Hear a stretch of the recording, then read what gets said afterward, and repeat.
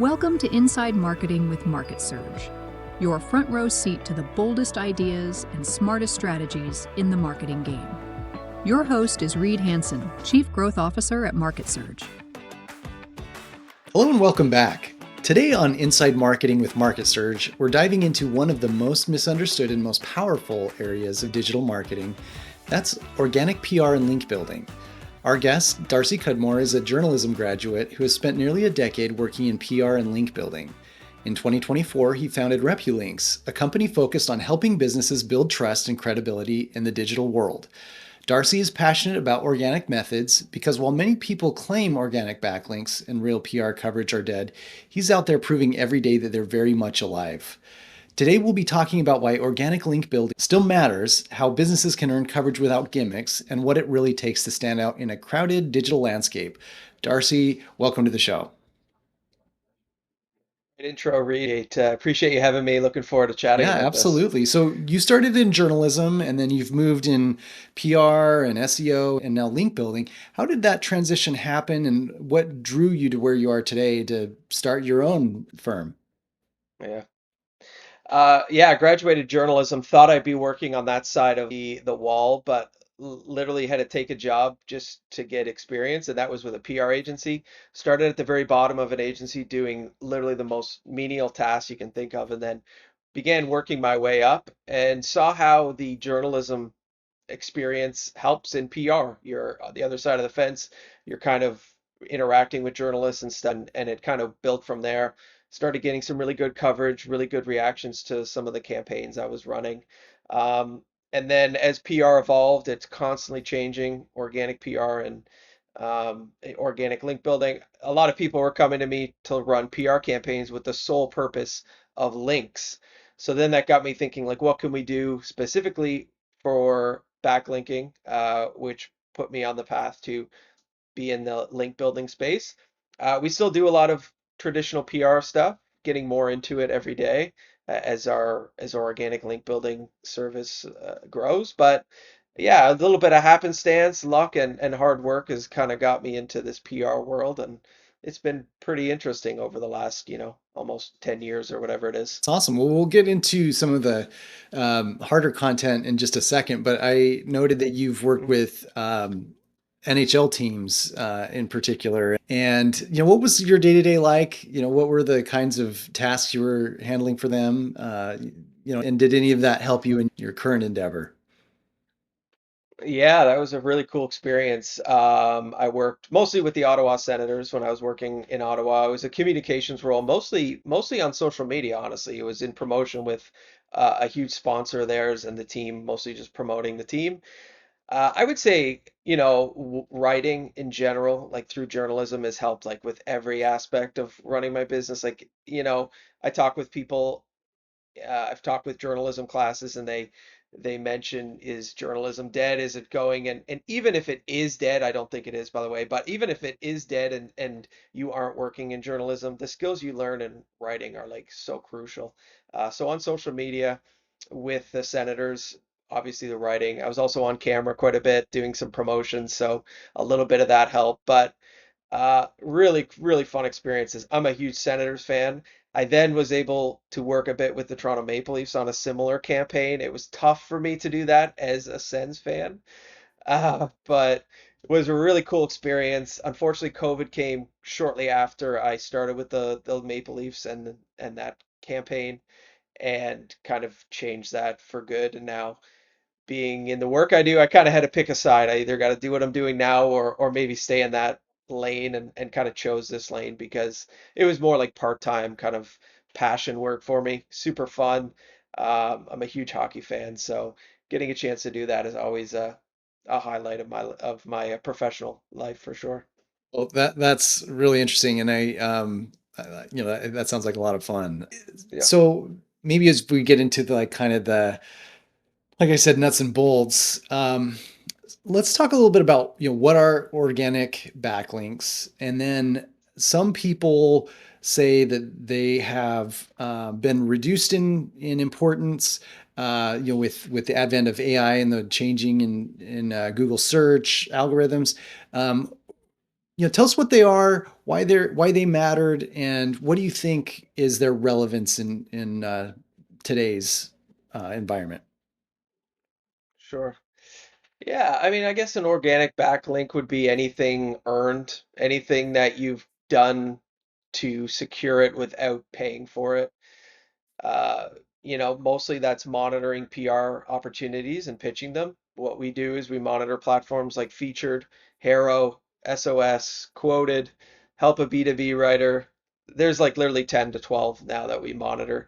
And we find opportunities for our clients, work with our clients to submit real insight and content to those opportunities. And then our hope is that we get published. Link, it includes PR coverage along the way. But there are many other ways to get organic backlinks, whether that be pitching uh, journalists proactively or listicles or whatever it might be. Uh, I mean, personally, I like these links because um, the price of paying for coverage these days, paying for guest posts, paying for media coverage is pretty high. The prices are crazy. I truly believe that as far as an ROI, that you could pay an agency to do organic link building where they're only pitching real opportunities and pay less than if you went and bought links. And the quality would be much better as well. And that's coming from experience with RepuLinks, working with clients.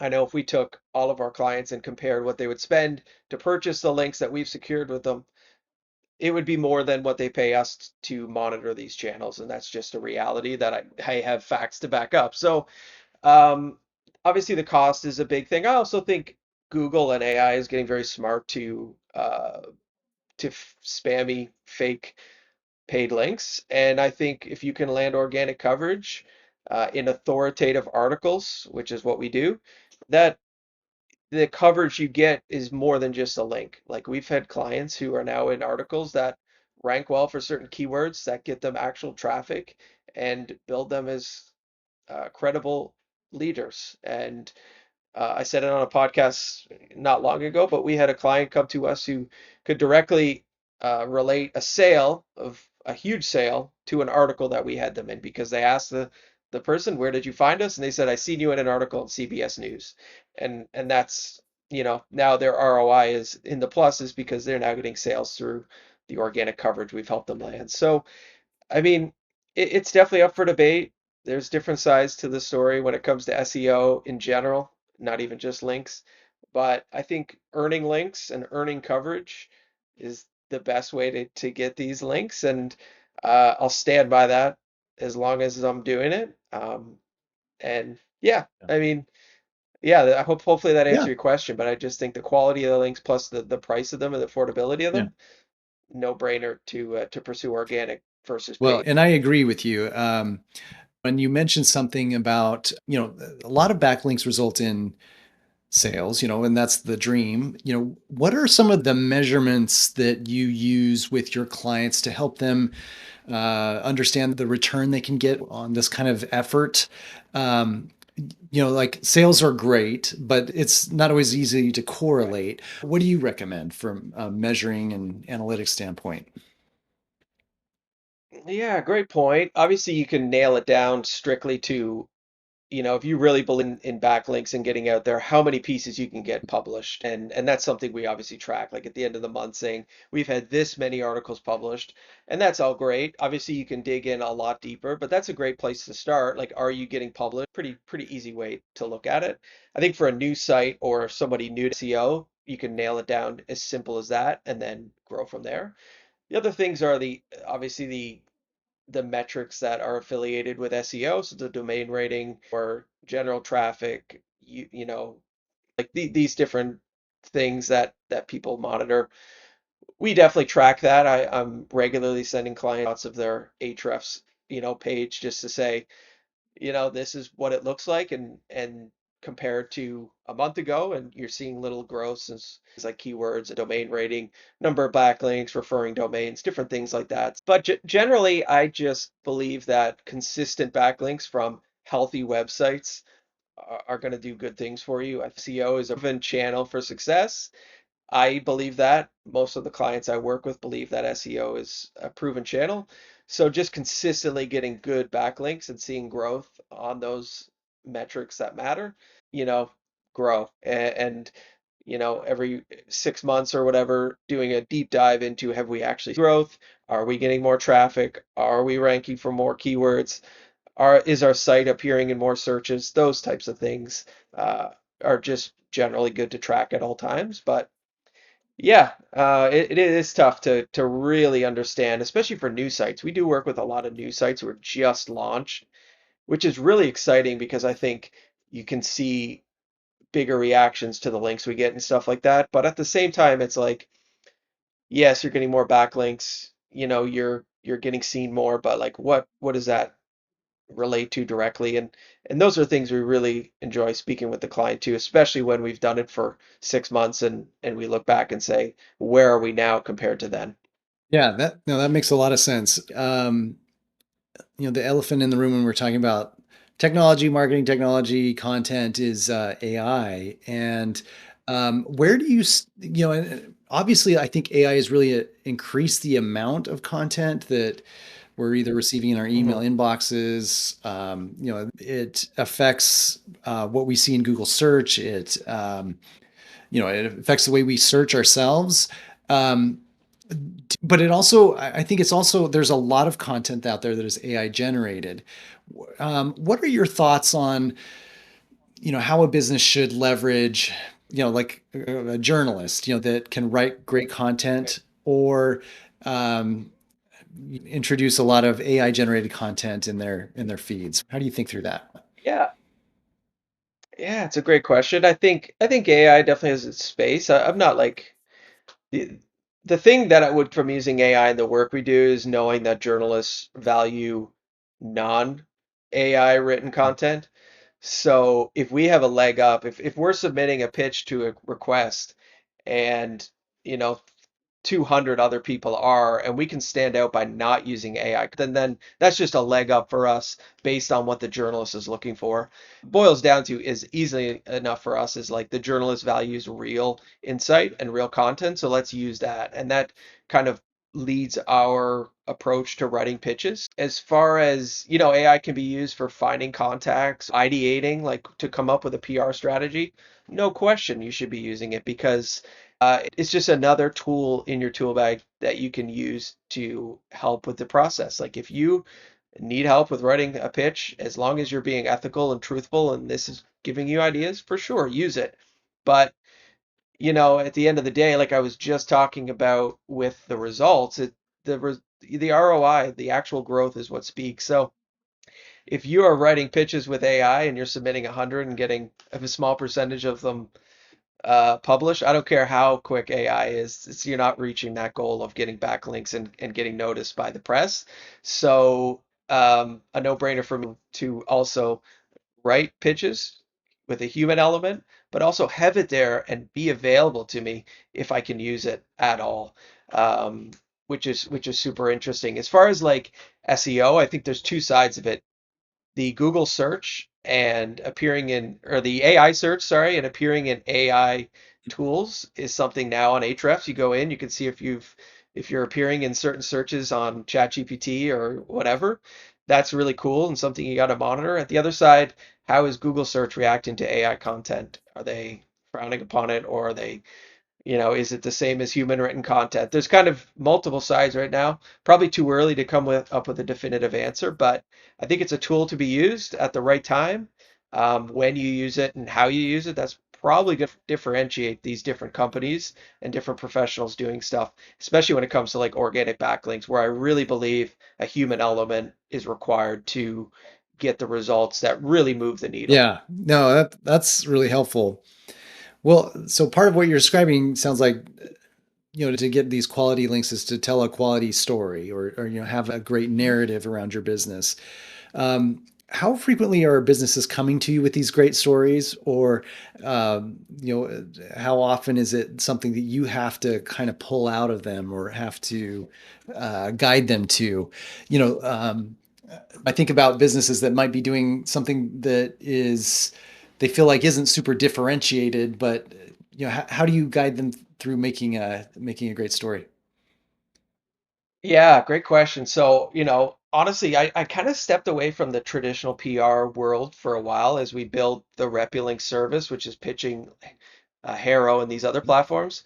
But in the last 6 months, I've kind of dived back in, mostly because people are coming to me looking for a digital PR service, and I really love the world of PR. And while it has grown and changed, it's still that same world of getting published and, you know, growing through brand awareness. Um, so I either yeah, there's two sides of it. I either have clients come to me where they have basically no story to tell that's going to be of interest these days. Like it's super hard and they think they have a story. Maybe they say, I launched my business and this is and it's tough to tell them like it's probably not going to get the type of PR traction you're looking for.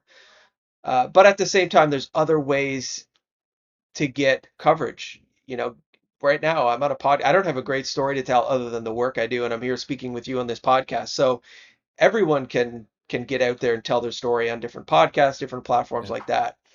Do they have a story to appear in the front page of the New York Times? Maybe not, and maybe you have to kind of readjust that expectation they have. The other thing is you have clients come to you and maybe they have a story that is right in front of them that they don't realize. And a lot of times that is like data analytics and an industry expertise that isn't known by everyone. Like if you run a platform or if you have this many customers and you're taking their information, like you can quickly put that into a data set that could be of interest to a journalist. A journalist, especially today, has to write, multiple stories a week. They don't have the time to go out and collect data on their own. And if you can provide them with data, some sort of survey, some sort of client report, whatever it might be, and make it easy, then you might have something there. And sometimes pulling that story from the client is tough. They just don't see it. And I say, you know what? You work with this clients all the time. You have this data that shows the work you're doing and the industry you're in, and let's package that up and sell it to a journalist and see what happens to somebody else because they work with it every day. It might be like boring to them, honestly, at this point, but you pull it out, you put it in a nice presentation, and you send it to journalists. You just never know. And sometimes that happens with journalists as well. So, yeah, there's two sides of the coin. Either they think they have a great story, and I have to tell them, no, might not be as interesting as you think, or they're sitting on a gold mine of information that you have to pull out of them and then present to a journalist. And I think in PR, it's creativity and just kind of thinking outside the box that sometimes is the most challenging. It does take time, it takes effort, but the goal is that in the end, all of that is worth it whenever you see yourself in print. And Awesome. Do you so talk a little bit about, the entrepreneurial side of this. You're building a business, RepuLinks. What are some of the challenges you faced it, and maybe even comment on what are the PR efforts you're doing for your own business? right. Yeah, I got a few Great. podcasts. This is my third talking with you, Awesome. Reed, and I'm pretty excited about that. Something new to me to get out there and speak about it. Again, you probably can tell I'm pretty passionate about organic coverage and the work I do. So I love talking about that. On LinkedIn, being very active promoting organic coverage, and I'm not doing that to necessarily sell my services all the time. I just feel like there's such I don't know. I think you opened with it where you said it's one of maybe the most understood worlds of marketing is like organic coverage and organic link building, especially in 2025 and moving forward. So, really passionate about just talking about organic coverage, letting people know that it is available to them if they put the effort in. But sometimes that's definitely a challenge. You talk about entrepreneurial challenges. Some people maybe don't see that those organic opportunities are out there and showing them that it is and convincing them that it's not all garbage can be tough. But that's something I'm passionate about doing and consistently getting out there. So focused on that. But for me in RepuLinks, I'm a pretty new business owner, especially with team members. So learning how to train and manage people has been a lesson that I'm still going through every day. And I felt over that and being candid, uh, hired a few consultants that have become a huge part of my professional life and the growth of RepuLinks. So yeah, I mean, it's been a journey. It's all a challenge, and I'm always looking to learn and improve, but pretty fun to be able to spend my time every day doing this type of Yeah. things. That's for sure. Well, Yeah. that's awesome. I've been doing this podcast for a few months, and I found it a great outlet. It's like, it's a combination of networking and having these conversations and refining my message and getting better at talking about my own business and hearing people, what lights up their face or gets follow-up questions. It's probably a lot like this process of being a stand-up comedian. You got to bomb a few times before you find your voice. But Yeah. Probably something you never perfect either. I mean, a lot of these things that we do, business and stuff, but like a podcast host, you're probably not going to feel like you perfect it, but it'll be fun to look back. And, the good thing of a podcast, you can literally look back a year ago and be like, wow, I've yeah. improved a large amount, which would be pretty Yeah, cool. yeah, absolutely. If I ever get the stomach up to listen to my early podcasts, I might have that feeling. But well, For sure. Darcy, you've got a lot of knowledge in this area, and thank you for helping educate us on organic links and PR. If people would like to work with you, where is the best place for them to contact you? Yeah, obviously RepuLinks.com, our website. Always happy to chat. But I would say LinkedIn, Darcy Cudmore. I'm very active on LinkedIn and not just promoting myself or my business, just in general, sharing stuff about the organic link building PR world. I'm happy to offer one-on-one, no obligation calls with people where I basically take them through what we do. I know one person who's taken the lessons I showed him, built himself some links as his business grows, and has completely changed his SEO world by himself. He had a low budget. He was unable to hire someone, so he basically said, "I'm going to start some high quality links on my own," and he's done it, and it's been a huge growth for him. I never earned anything off that. That was just a really cool project that I was able to do 30 minutes of my time. So I'm happy to offer free calls with people. I would say just get in touch on LinkedIn. Would love to chat organic link building PR with you and just see where it goes from there. Awesome. Well, thanks so much. I'm so glad you joined us. Yeah, thank you, Reed. Really appreciate connecting with you. Want to stay ahead of what's actually working in marketing right now? Head over to marketsurge.io and see how we're helping businesses grow smarter, faster, and louder. That's marketsurge.io, because your next breakthrough shouldn't be a guess.